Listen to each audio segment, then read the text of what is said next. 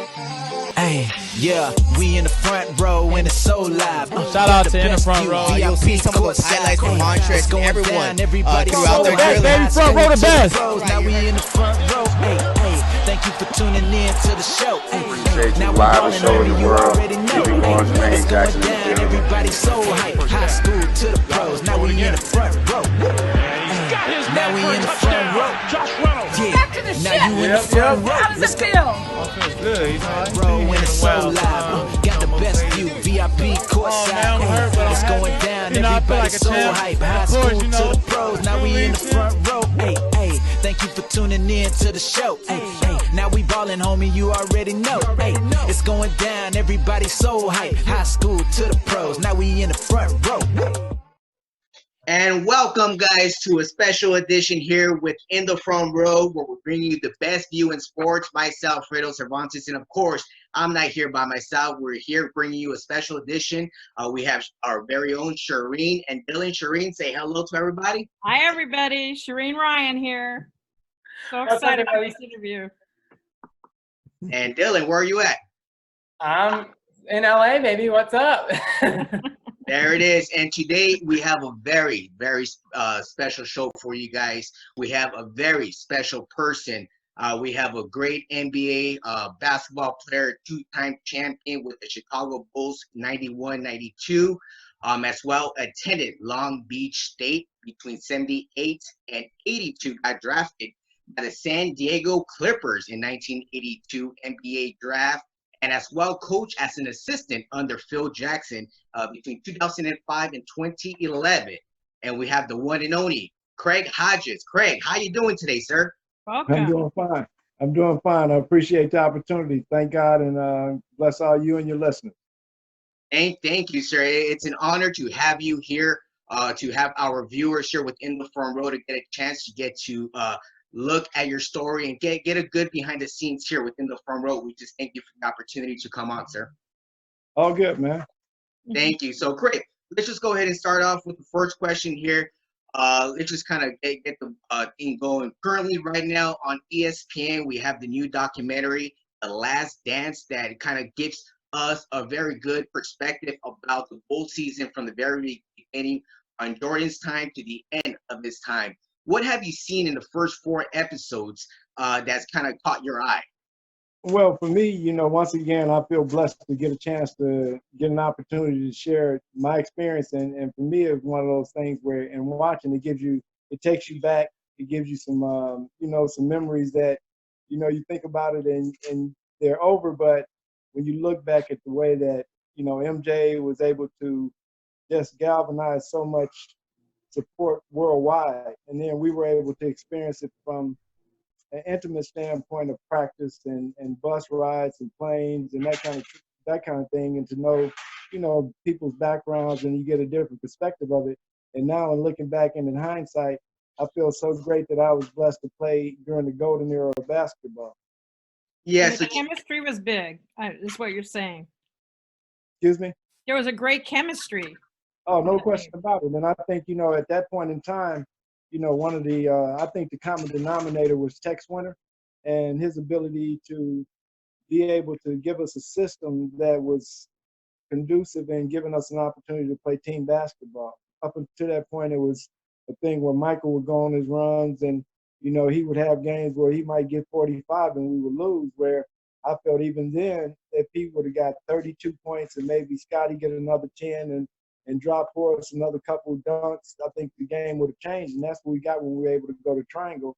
And once again, to be able to look at Phil Jackson and the way he compiled his coaching staffs, and the coaching staffs with over 100 years of NBA experience, it's going to be hard for us to fail as far as being prepared every game. So Craig, talking about Tex Winter here, while you attended Long Beach State, 78 and 82, he was also your coach, right?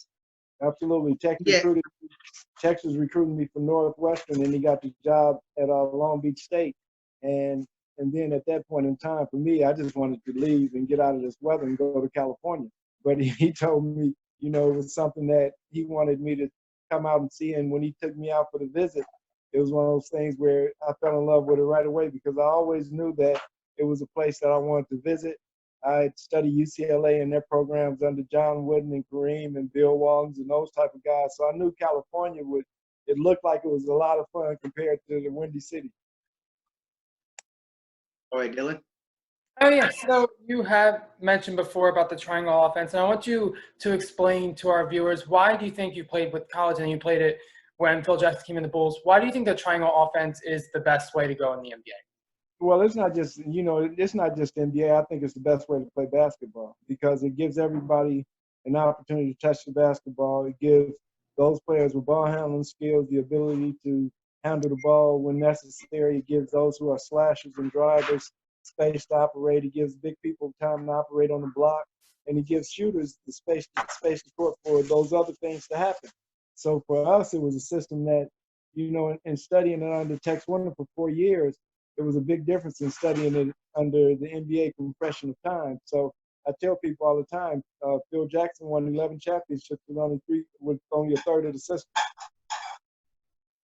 So talking about the ISO ball and team ball, when you mentioned about Jordan, how you guys had to adjust, how easy and was there any difficulty throughout those seasons, those tough losses against Detroit? How did you guys overcome that struggle? Well, we just knew that it was about, discipline and self-determination, and that once in a while you come across those times where as a group you have to experience the same thing, and it becomes a thing where losing becomes almost a poison and you don't ever want to taste it again. So we as a team got together and we just said that we're never going to feel like this again, and we put our noses to the grindstone and we came back to training camp in probably mid-season condition. Wow. With the Golden State Warriors, they're known for their three-pointers, right? Right. But you were the king of three-pointers. Thank you. Well, you had three three-point challenge championships, right?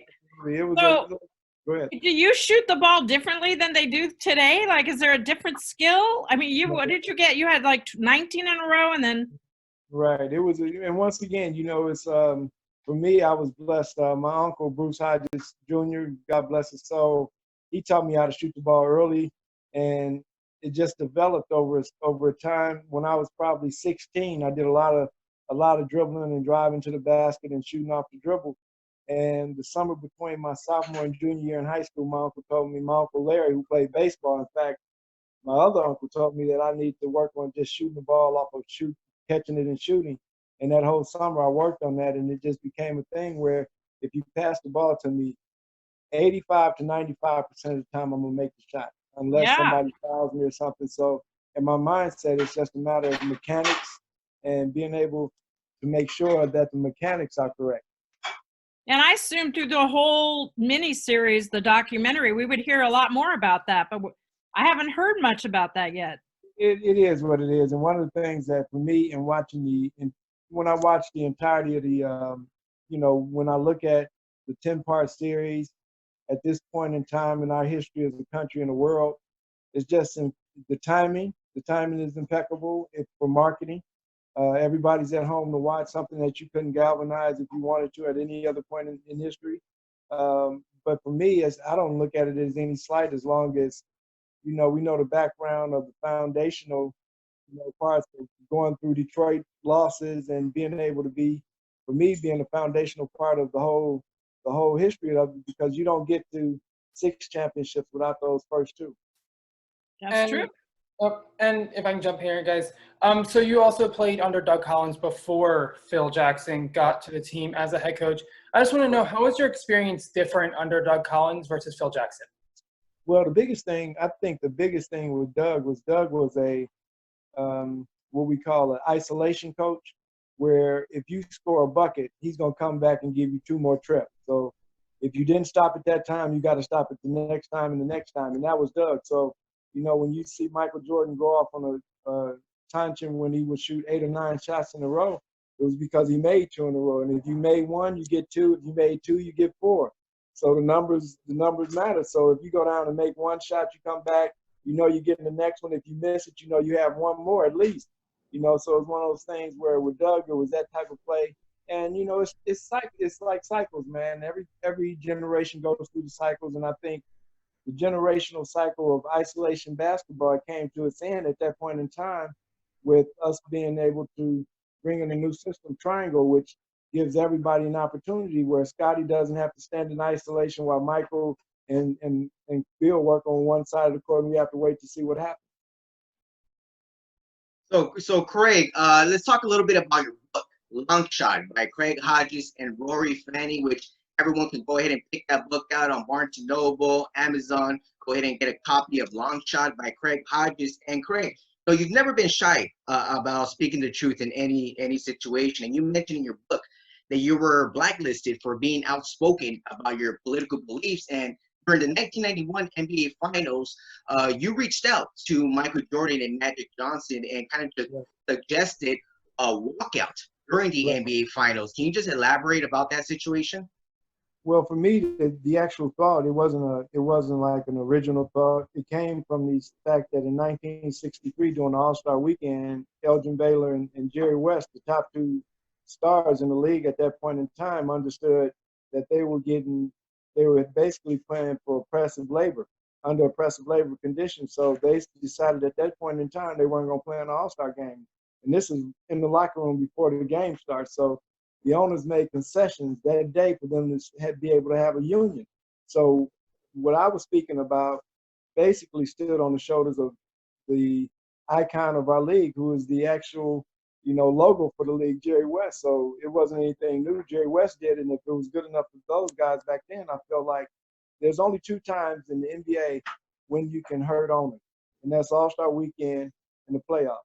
So now you see the NBA is scrambling, like every other sport, scrambling to figure out how can we make these ends meet during this time. And a lot of it goes to a lot of other things within the societal condition that lends itself to a shutdown worldwide. So if we look at the oppression of people worldwide, and then we look at the profits of Western economic situation, you know, part of it is cool to watch when I look at the economic fall, because some of it is apropos in some instances.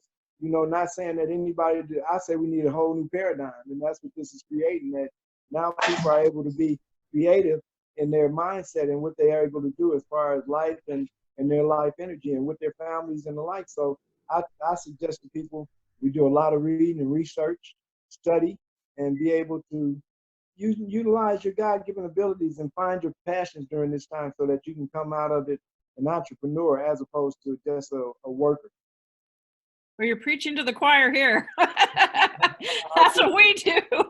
Yeah, and that's the biggest thing is that, you know, I think we've been lulled to sleep over the last decades. You know, I'm 59 years old, and I can say for myself, I know that I've been miseducated. And if I've been miseducated and I have a degree from Long Beach State University, I know the miseducation that has gone on through Harvard and the Yales and Stanfords and the universities of Chicago and those who set the standard for how government is played. So a lot of what I see when I think in terms of they telling me that with us getting a stimulus package, everybody on Capitol Hill gets a raise. Something is wrong with that picture to me. They need to be the ones that's getting they need a reduction in pay. Yeah, that makes a lot of sense. So now you were drafted by Sterling owned the Clippers when you were drafted? Yes, and you know, and that's the craziest, you know, when I look at the not even coincidence, there's nothing that's coincidental. So when we look at the circles that happen and how life paths go, and then when I look at him being a racist, you know what I'm saying? An avowed racist at the end of his ownership within the board of governors of the National Basketball Association. If you were on the board of governors for that many years, none of your board of governors members knew that you were racist, then that's the problem that I had in 1997 when I sued the league, because no team would give me an opportunity to come play. At that point in time, it hadn't been told us that he was a racist, even though if you look at his background within the real estate industry in LA, you would know that he was a slumlord. So it's one of those things where people do what they do, and it's for us who are conscious right now to try to not wake people up, but to share information and knowledge with as many people as you can. And how did you feel when all that came out and the players, everybody covering up the Clippers logo? And I mean, what were you going through during that? And see, like right now, for me, everything is basically research. I don't hold any grudges or anything like that because I know where we are. We're at a point of divine inheritance. So it's important for me to look at it for what it is and understand. The old saying goes, "Forgive them for they know not what they do." And you try to deal with it on that level and look at it for ignorance is one of the, Tex Winter used to tell us that ignorance to the ignorant is bliss. You know what I'm saying? So on some levels, I look at it and be like, well, that's how they operated. But at the same time, the number of people, like for me, in 1992, I was an unrestricted free agent. The city of Chicago had 900 murders the year before. If I get a contract for $5 or $6 million, I can do programmatic things within Chicago that could ease governmental policies and projects that they have. Things when I say, them having the ability to blacklist Craig Hodges hurt more people than just Craig Hodges. And as in the same thing with Colin Kaepernick. I was going to bring that up, right? We were talking about that. Mm-hmm. And see, like with Colin, yeah, and the beautiful thing with Colin, though, is that he had the opportunity with this generation and with this generation of social media and technology, you have the ability to right away to have a base of support that's instantaneous. That if it comes out that something is going wrong, you can get on Twitter, you can Instagram, you can Facebook, and let them know instantaneously. This is the injustice that's going on right now. We didn't have that ability in 1991. You fast forward the clock a little further than me, and you look at Mahmoud Abdul-Rauf and what happened with him, and him being a young brother that was on a mission to score a lot of points within the NBA, even to the point where in my circle where I sit, I feel like he had a chance to be one of the top 3 or 4 scorers in NBA history had he been allowed to continue his career. And when I look at what Steph Curry is doing now, that's what Mahmoud was doing before he was blacklisted. Interesting. Speaking of today, I have a question for you. Why do you think it's important for players today to use their platforms for political or social injustice? Well, I think, and not just political and social justice, to me, I think in human rights. I think in terms in human rights values that, we come on the planet as human beings. We don't come on the planet as athletes. We don't come on the planet as all-star basketball player, football player, hockey, or any of that. We don't come on the planet as politicians.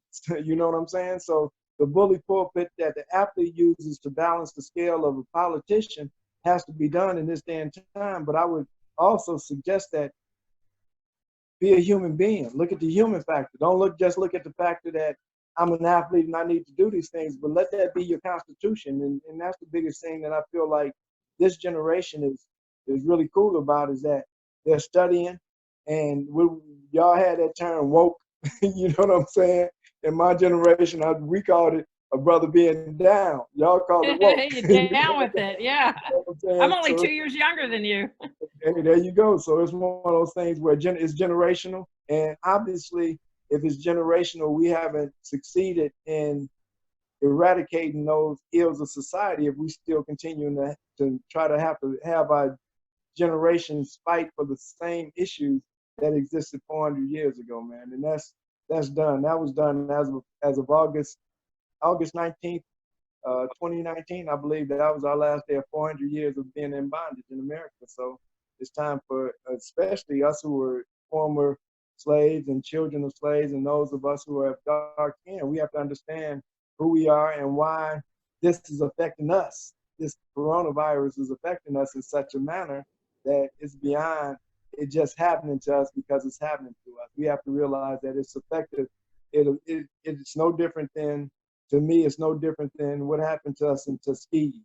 It's no different than what happened to the Native Americans and the virus when you put smallpox in the blankets and you traded them. So it's something in this thing that common people who we have no control over a laboratory in Wuhan. But I know I have the ability to share my humanness with the next human being and say, hey, y'all, let's research this thing, sit at home and do what we need to do to be safe until we figure it out. But now when we come out of this thing, we have to be more human rights focused across the board and not be particular of who we want to share rights with certain privilege, but we don't want to share rights across the board. We got to be serious about it now. So talking about your time with Michael Jordan, your playing time, 4 years you played there. After you won your first 2 championships, your relationship with Michael Jordan about your political beliefs, what did he really think about it? Your beliefs at the time. Well, for me, seeing, and one thing, when you play on a squad, oftentimes people think that you have conversations every day, y'all hang out every day. Me and MJ, we were teammates. We may have had dinner 4 or 5 times together in team type situations where it was playoffs, but for me and MJ just go have dinner, that never really happened. You know what I'm saying? So, and I'm not that clingy type brother. So when I came to the Bulls, MJ had his own crew, he had his own deal, and I respected his space. And it's no diss. I respected his space, and I continue to respect his space to this day. But for me, I look at it from a standpoint of what your mission is. His mission is totally different from what mine was. Mine was to make sure that through athleticism, me being from studying Paul Robeson, John Carlos, Tommy Smith, those were my mentors from afar. So that being the case, I only had one responsibility when I got to be able to do what I did professionally, was to make sure that I carried the causes of those less fortunate, not only into the game, but beyond the game, and what I was able to do in success and be able to share with them, because I know not everybody's going to be able to share in it. So do what I can. Yeah, so in 1991, you guys visited the White House. And of course, Jordan did not make an appearance. You did. You made a very interesting appearance. Can you just tell us a little bit about that specific date when you guys visited the White House? For me, I was blessed to be a baby of the civil rights movement. My mom attended the Civil Rights March in 1963, and when Dr. King spoke. My mom marched with Dr. King when he came to Chicago. So I was a baby of the movement, man. My mom was the secretary for the civil rights movement in our hometown, Chicago Heights. So for me, it was one of those things that we're getting a chance to go to the White House. And I won an NCAA championship at Long Beach State. I would have wore a dashiki then, like I did when we went with the Bulls, because I understood at 18, at 18, I understood, the impact of society and where we fit. So it was, when I went to the White House, I wanted to make sure that I was representing my mom and all the civil rights and freedom fighters that had went before me, who came up short in their mission, whether it be Dr. King, whether it be Malcolm, whether it be Marcus Garvey, whoever it may be. I wanted them to know on this day from heaven that I was walking in the right way and I was delivering a message that was part and parcel of the fabric of our cultural heritage as African people. So I wanted to let it be known, and it wasn't any diss. When in fact, when I look at MJ didn't show up, and it wasn't any diss. It wasn't any diss. It didn't have any altering on his career by him not going, and him basically telling Bush I'm not with it. You know what I'm saying? So it was one of those things for me. It was a cultural imperative, in fact. But now we have a whole team not going. Oh yeah, whole team's not going now. And the thing about that, I feel like, okay, it's the people's house because of the fact that we built it. It's a constitutional form of government, we the people. So you should get a chance to go, regardless to who's the president, and why forfeit an opportunity to share with your grandchildren a chance to go to the greatest edifice on the face of the earth when we talk about freedom and rights. So for me, it was an opportunity to go, but at the same time, it was going with a certain knowledge and understanding of the power structure that is involved. When I look as being a black man, and it's called a White House, there's something there. Unless it comes from Casablanca, of course. What would you tell today's youth, to the millennials and, the athletes coming up? I listen to the music they listen to, so I know what they're saying. They do fan their money a lot, and you know, and they're into to what it looks like. Right. But how do you think, like, what would you be your advice to the millennial players coming up through the league? I think the biggest part is that we've been in scarcity for so long, and that once you have an opportunity to have abundance, if you're not grounded, if you haven't been taught, it's going to be a struggle for you to be comfortable in that, comfortable in your own skin even. So my biggest thing is, don't always take the models of success you see that that's what you have to do and then what you have to emulate. I think, you know, life, we have our own fingerprint. And I think life is the same way. You know, you've been blessed with a certain talent. Utilize that talent for the good of not you and your own family, but see how many of the masses you can touch with where you can see their passions, help them with their passions, and help them find it.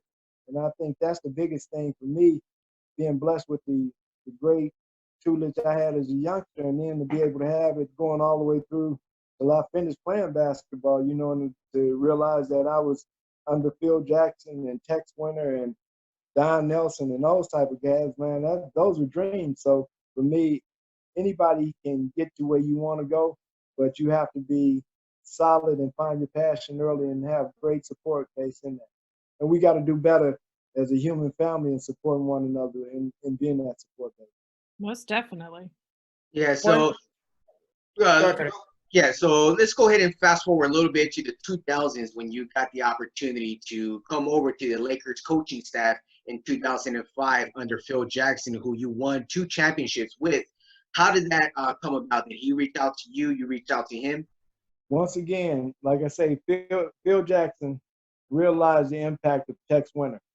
And Tex Winter, being who Tex was, he's like my father. He's like I call him my basketball dad, you know, because he took me and took basketball to a level where now I understood the true meaning of what the game meant and how to play the game.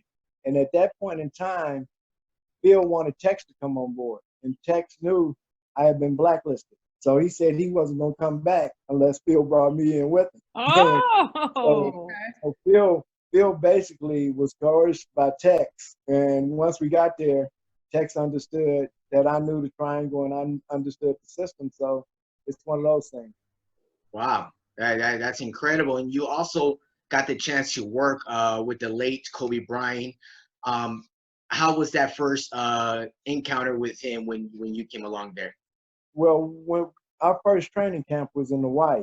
So the first trip was we were on the plane and he taps me on the shoulder and he's like, yeah, man, when we get to Hawaii, I want to sit down with you.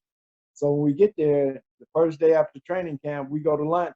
And sure enough, he's talking my ear off about MJ and what his, you know, leadership was like and what it was like playing with him and that kind of thing. But it was great to see not only his work habits, but his passion for the game. It was so much similar to MJ that it was frightening, in fact. yeah, I was just watching the Lakers play the Pistons in the finals when they were supposed to sweep them or win. Whew. Yeah, and I was Kobe didn't let up the whole game. Like, so we're down 25 points. Let's keep playing. And that's the thing that I loved about his energy is that he realized how much impact he could have on the game itself, you know, and being able to study MJ and the way MJ played, he was able to emulate that and take it to another level, man. So when I tell you, when I watched them practice and I watched them play, it was great to watch, and it's really truly a blessing to be able to coach him. Wow. Another player you had a close relationship with or you got to kind of go under his wing was Bill Walton. And you said once you got drafted into the league, he took you under his wing. Can you kind of explain your relationship between you and Bill Walton? Well, Bill Walton, once again, he's a human rights person. I'm a human rights person. You know, he studied and he found out that I was a history major in Black studies and that kind of thing. And he liked that. So we would talk that type of stuff. And when I was probably second or third day, he found out what I was studying. He told me, yeah, man, I'm going to make you player rep as a rookie. And I'm like, what is that? I didn't have any clue of what the union was or anything. And he just he was a great veteran in as far as giving you the understanding of what it is to be a pro and how to go about being a pro. You guys still talk? Yeah, in fact, I talked to Luke. I saw Luke at Kobe's memorial, and I told him to make sure I see his dad. So I talked to Bill probably about 2 weeks ago. Great. And, you know, mentioning Kobe Bryant again, the devastating loss that we had just, you know, about 4 months ago. Where were you that day? How did you hear the news about Kobe Bryant? Well, man, I was sitting here in Chicago, and my son, who's in LA, calls me and tells me that, you know, Kobe died in a helicopter crash, and man, it was unbelievable, man. So, you know, for me to know him and to have been around him, and just to know how much of a impact he was gonna make into the future, and what it meant to him to be able to show people that he was more than just one of the best basketball players to ever lace him up. You know, he wanted to show the human factor. And it's on all of us to pick up where he left off and carry it to the next level.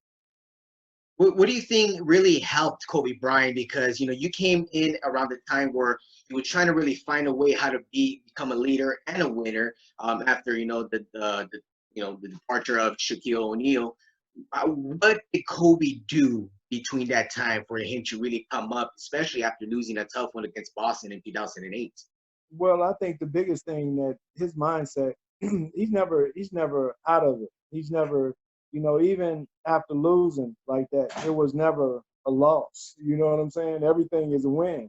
And win being, did I learn anything from it? And that being a key to this whole thing going to when you 5 and 6, what are you being taught at that point in time, and as far as tenacity, and as far as perseverance, and as far as knowing that you can't give up. You know what I'm saying? And if you give up, who cares? So, you know what I'm saying? So it's one of those things where we have to know that, you know, Kobe studied the game to a level that you have.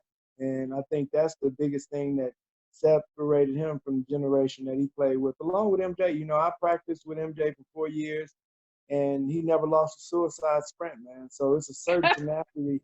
It's a certain tenacity that players have, that it's a drive, that it's generational, man. You have them maybe once every generation, 2 generations. Wow. And we are back here in Los Angeles Morris Media Studios. Myself, Fredo Cervantes, and I just want to go ahead and again let you guys know, go get your laces, man. You got premium shoes. Every single pair of premium shoes need premium laces, guys. These are amazing laces, perfect for kids, perfect for ballers, perfect just for style, especially if we're in Los Angeles. Go get your laces at GetLacedLaces.com. GetLacedLaces.com. Use the promo code Fredo and get 25% off today. Code expires on the 31st of December, which we're only about 4 weeks away to the New Year. Yeah. So go ahead and pick up your laces. It's a perfect gift for the holidays, guys. GetLacedLaces.com. Promo code Fredo, 25% off. And we're back here with In the Front Row, where we bring you the best view in sports. We still have the one and only, the 2-time champ with the Chicago Bulls, and 2-time champ as an assistant with the Los Angeles Lakers, the one and only Craig Hodges. Craig, welcome back, sir. Oh, thank you, man. Let's do it. Let's go, This Dylan. is great. I'm learning so much. Craig, I wanted to ask you a question on a quote you said one time. You said, quote, "Our generation dropped the ball as a lot of us were more concerned with our own economic gain. We were at that point where branding was just beginning, and we got caught up in an individual branding rather than a unified movement." Can you elaborate on that quote for us? I found it very interesting. Well, for us, you know, all of us who played, I'd say Magic, myself, all the guys that played during this golden era of ball, we all grew up watching the Olympics in 1968 and watching Muhammad Ali, watching John Carlos, watching Tommy Smith, watching Jim Brown, watching Kareem Abdul-Jabbar before he came Kareem. So we had some type of impact. We saw the impact of sport within the community from a consciousness end as young boys. So some of us looked at it maybe as, oh, it was just a fad that was going on during that time. But for me, it was taught that this is a way of life, and this is something that can happen, and that we should be able to stand up for ourselves and be able to do some good things for different people, and not just yourself. Wow. Awesome. And Go ahead. you go ahead, Dylan. Oh, okay. I want to translate a little bit to the state of today's NBA and ask you a few questions. I was curious, out of all the active players in the NBA currently, if you could start an NBA franchise with any of them, who would you pick? Antetokounmpo. Whoa. Interesting. You pick up his brothers too? Absolutely. In fact, when I was in New York with the D League, I coached his brother, Thanasis. Oh. And one of them's on the South Bay Lakers. Yeah.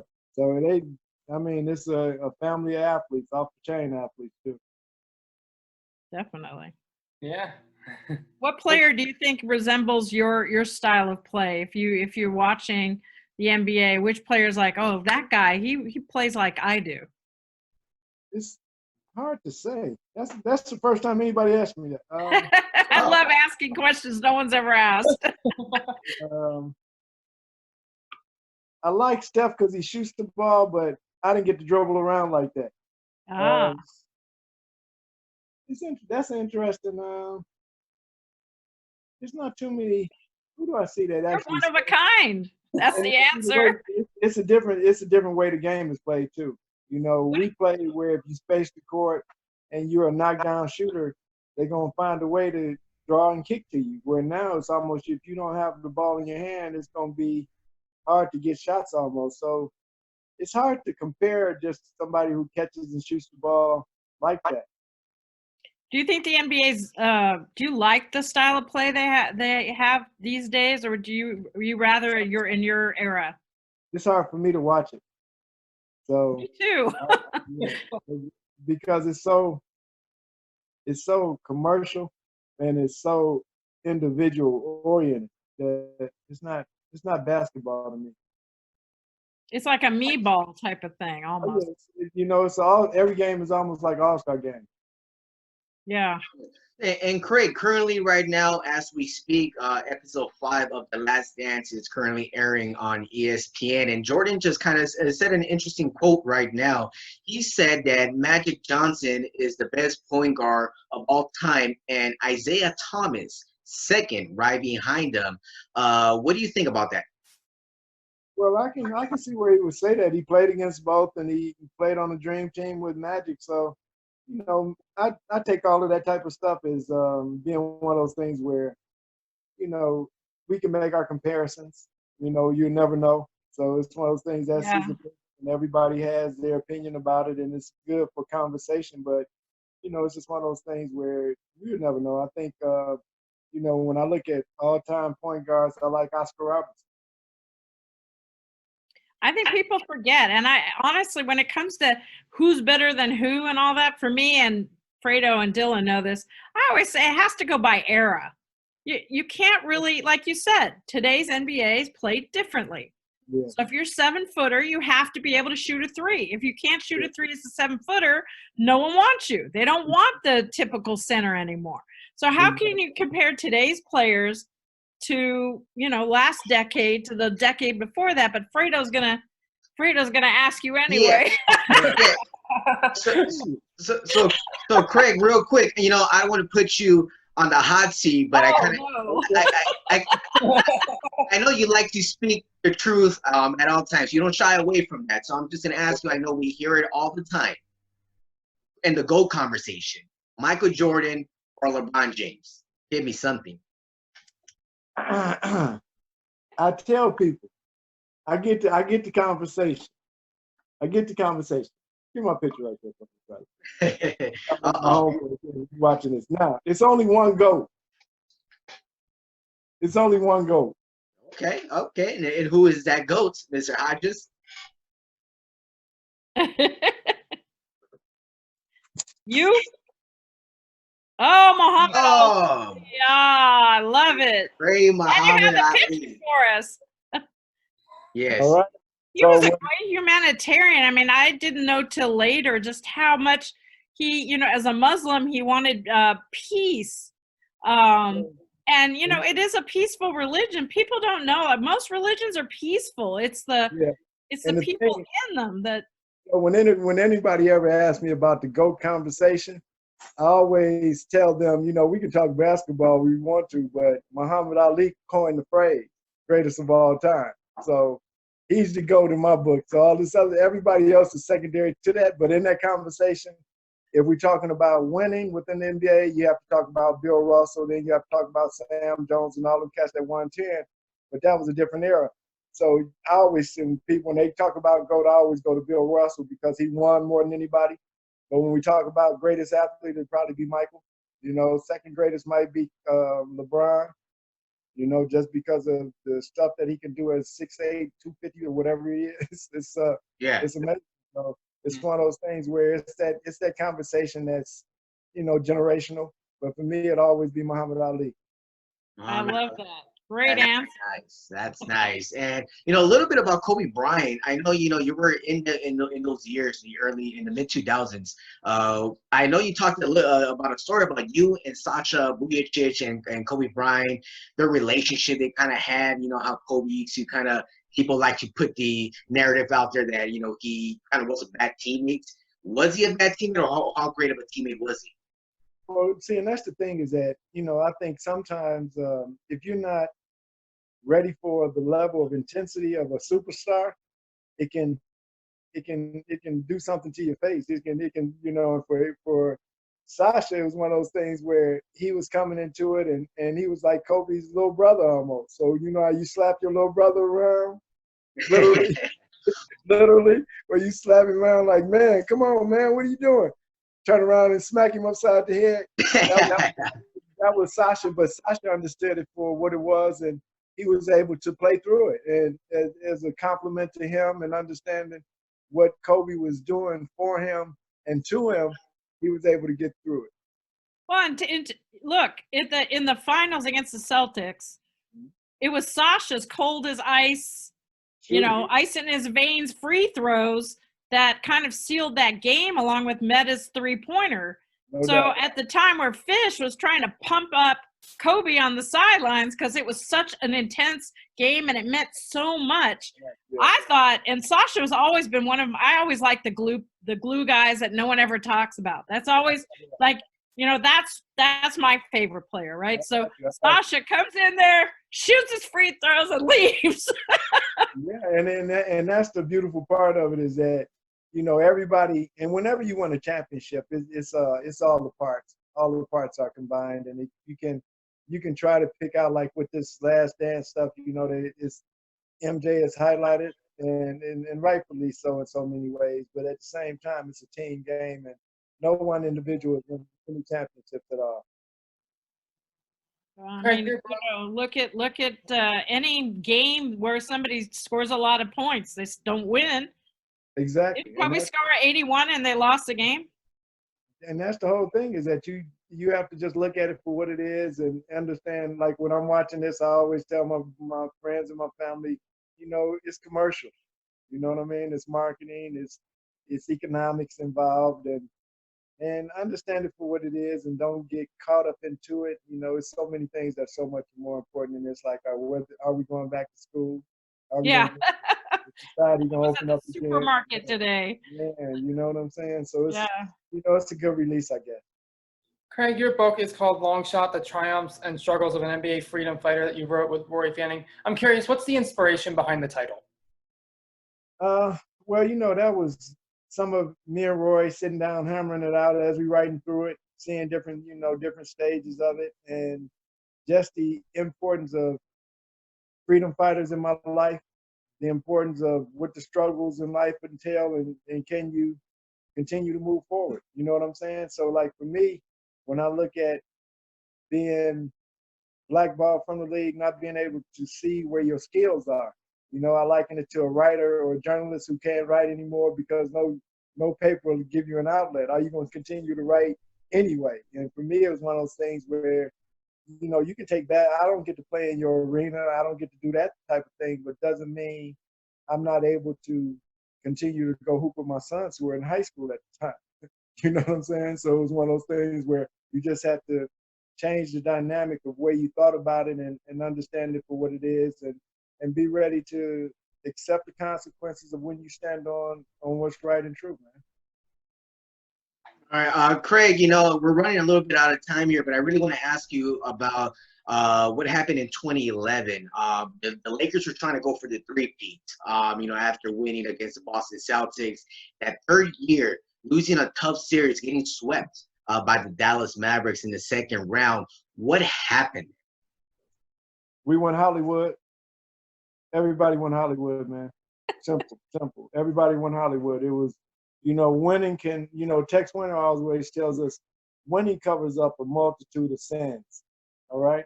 And that when you win, you can bypass some little stuff that you haven't done when you were losing or coming up that you wouldn't get away with. But now, we didn't want it before. We can go ahead and do your commercial. You don't, go ahead. You don't have to be a shoot around.